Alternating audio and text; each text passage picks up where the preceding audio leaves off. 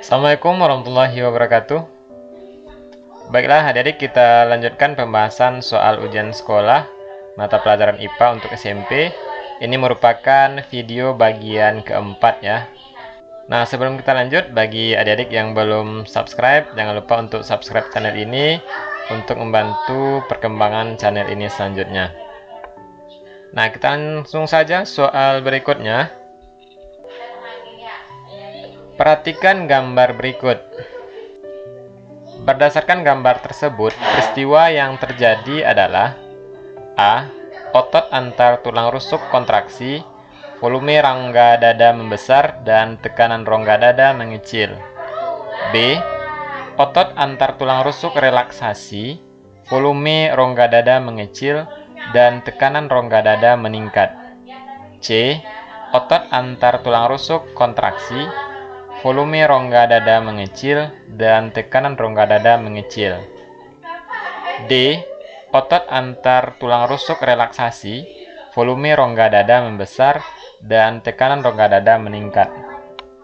Nah, soal ini berhubungan dengan sistem pernapasan.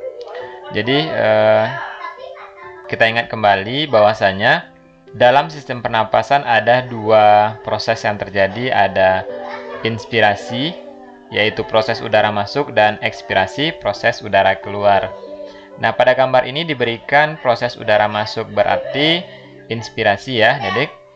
Nah, pada proses udara masuk, yang pertama, otot antar tulang rusuk itu berkontraksi. Jadi, jawabannya kemungkinan adalah A dan C. Kemudian, volume rongga dada membesar. Ya, volume rongga dada membesar. Dan tekanan otomatis mengecil ya. Nah, sehingga jawabannya adalah A. Kemudian satu lagi yang perlu ada diingat, bahwasanya tulang rusuk itu nanti akan naik ya, karena volume rongga dada membesar.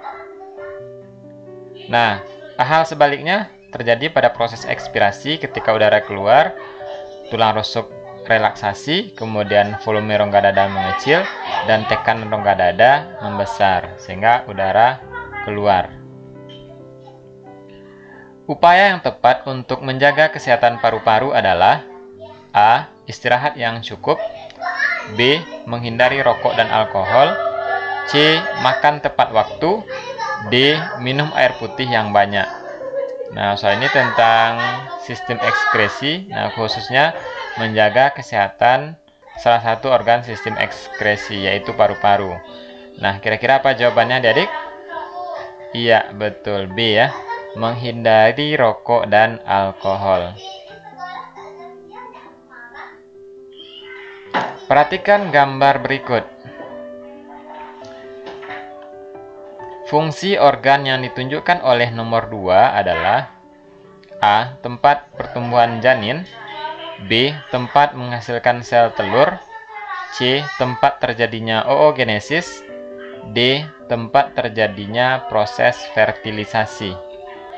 Baik, yang pertama untuk soal seperti ini ya, soal sistem reproduksi pada wanita, adik harus tahu dulu nama dari bagian-bagian dari organ reproduksi wanita ini. Yang pertama ini adalah ovarium ya. Jadi pertama ovarium.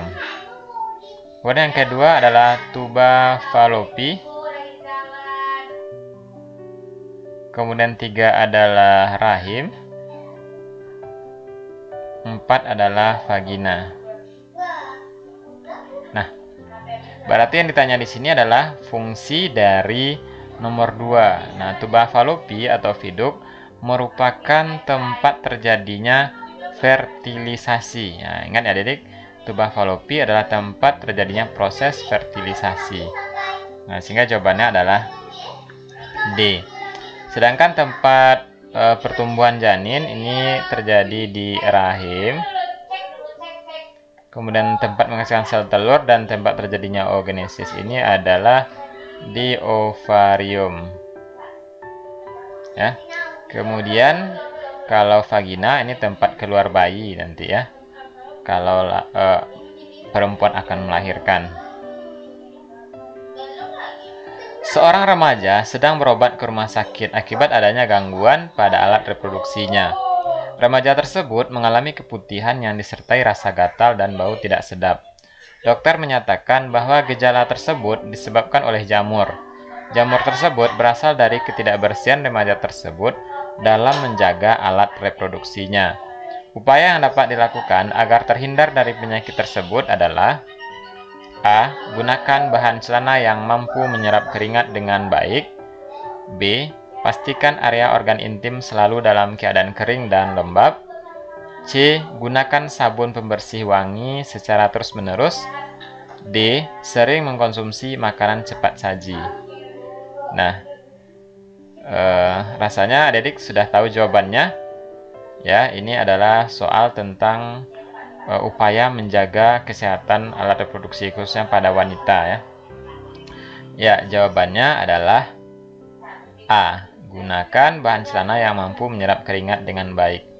Jadi penyakit keputihan disebabkan oleh jamur ya, jamur yang berkembang akibat ketidakbersihan alat reproduksi ya. Nah, sehingga solusinya adalah menggunakan bahan celana yang mampu menyerap keringat dengan baik. Perhatikan gambar berikut. Keuntungan dari teknologi perkembangbiakan tumbuhan seperti gambar di atas adalah: A. Tidak membutuhkan tanah. B. Tidak membutuhkan tempat yang luas. C. Tahan terhadap penyakit. D. Menghasilkan tanaman yang banyak. Gambar ini merupakan salah satu teknologi dalam perkembangbiakan tanaman ya, atau perkembangbiakan tumbuhan. Nama teknologinya adalah hidroponik ya, hidroponik. Nah, hidroponik. Nah, keuntungan dari hidroponik ini yaitu ya A ya, tidak membutuhkan tanah. Jadi hidroponik itu adalah teknologi bercocok tanam tanpa membutuhkan media tanah. Seseorang ingin menggunakan teknologi perkembangbiakan hewan dengan keuntungan sebagai berikut. A. Memperbaiki kualitas keturunan. 2. Efisiensi waktu. 3. Efisiensi biaya. 4. Sperma hewan jantan dapat disimpan. Jenis teknologi yang sesuai dengan keuntungan di atas adalah: A. Hibridisasi. B. Cloning. C. Inseminasi buatan. D. Rekayasa genetika. Oke, jawabannya adalah C ya, inseminasi buatan. Jadi ada beberapa jenis teknologi perkembangbiakan hewan, yaitu inseminasi buatan ya, yang pertama. Kemudian ada lagi hibridisasi, kemudian ada cloning, dan ada rekayasa genetika. Nah, hibridisasi ini adalah persilangan ya. Kemudian cloning adalah menciptakan hewan yang sama persis dengan induknya. Kemudian rekayasa genetika adalah manipulasi gen pada hewan yang akan dikembangbiakkan. Nah, memperbaiki kualitas keturunan, kemudian efisiensi waktu, efisiensi biaya merupakan keuntungan dari inseminasi buatan. Buah mangga berbuah besar dengan genotip B besar B kecil disilangkan dengan buah mangga berbuah kecil yang bergenotip B kecil B kecil. Buah mangga besar dominan terhadap buah mangga kecil. Maka persentase fenotip F1 adalah A. 100% besar, B. 25% besar 75% kecil, C. 50% besar 50% kecil, D. 75% besar 25% kecil. Nah, ini soalnya tentang persilangan monohibrida ya. Nah, baiklah, kita langsung tuliskan saja untuk membuktikan apakah hasil yang diperoleh pada F1-nya. Jadi pada P1 ya disilangkan B besar B kecil dengan B kecil B kecil ya. Maka di sini nanti gametnya adalah ini B besar dengan B kecil di sini B. Nah, maka ini disilangkan ya, akan dihasilkan pada F1 itu B besar B kecil dengan B kecil B kecil. Nah, karena B besar tadi dominan, maka ini akan dihasilkan fenotipnya besar, kemudian B kecil kecil. Nah, sehingga persentasenya adalah 50% yang besar, kemudian kecil juga 50%.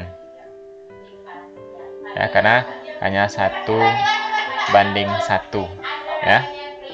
Jadi jawabannya adalah C. Seorang peternak ingin mendapatkan kambing bibit unggul dengan persilangan dua jenis kambing yang mempunyai dua sifat beda, yaitu kambing Ottawa besar tidak tahan penyakit B besar T kecil, dengan kambing lokal kecil tahan penyakit B kecil T besar. Sifat kambing besar dan tahan penyakit dominan.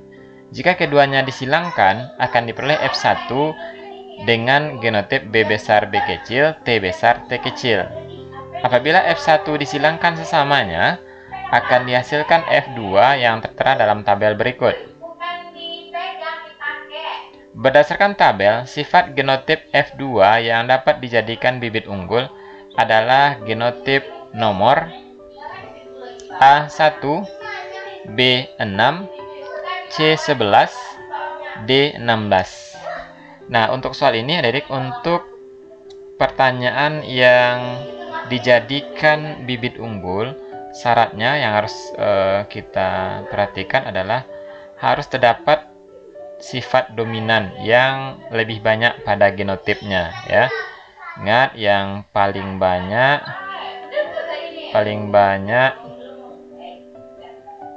sifat dominannya. Oke, atau yang paling banyak huruf besarnya gitu ya. Nah, kita lihat hasil yang diperoleh dari masing-masing persilangan. Untuk kolom nomor 1 ini akan dihasilkan B besar, T besar. Untuk nomor 6, B besar, T kecil. Untuk nomor 11, B kecil, T besar.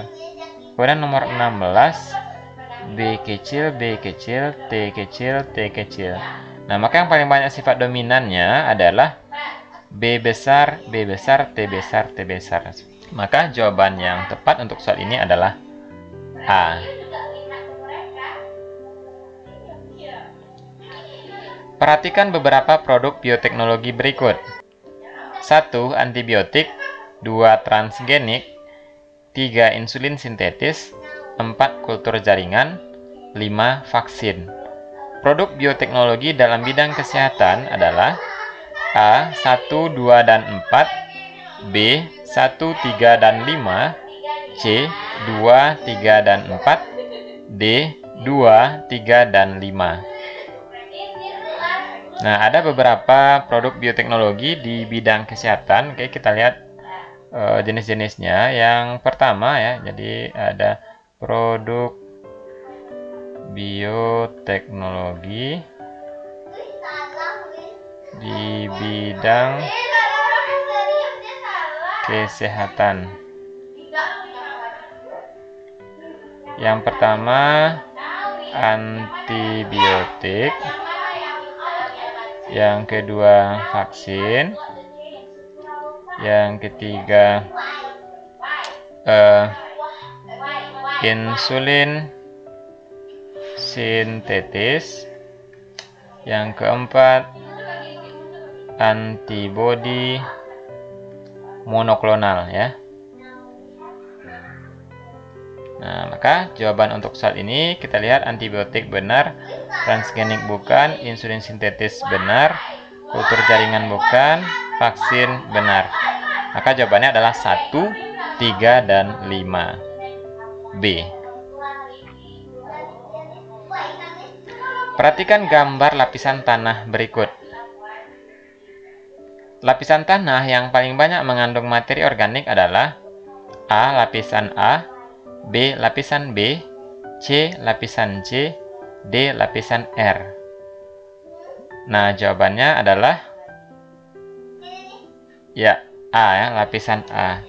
Jadi untuk materi ini, lapisan tanah yang paling banyak mengandung materi organik itu adalah lapisan tanah paling atas, karena di sana manusia menggunakan untuk bercocok tanam ya.